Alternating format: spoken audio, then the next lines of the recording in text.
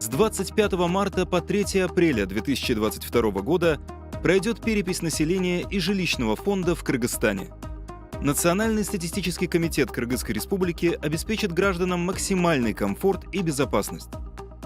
Каждый переписчик обязан предоставить личное удостоверение со следующими данными: фотография сотрудника, его фамилия и имя, подпись главы местной государственной администрации, подпись мэра города, подпись руководителя территориального органа статистики, соответствующие печати.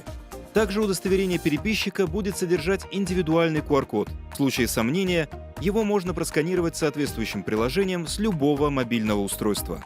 На экране должны отобразиться данные переписчика, предъявившего удостоверение, или вы можете позвонить в колл-центр. По окончании переписи удостоверение переписчика становится недействительным и изымается.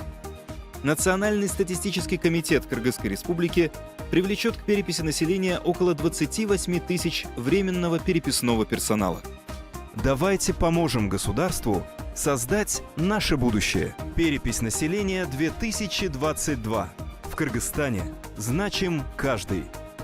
Видео создано в рамках проекта «Кыргызстат» — укрепление национальной статистической системы Кыргызской Республики для производства, анализа и распространения статистики населения, реализуемого Фондом ООН в области народонаселения при финансовой поддержке Российской Федерации.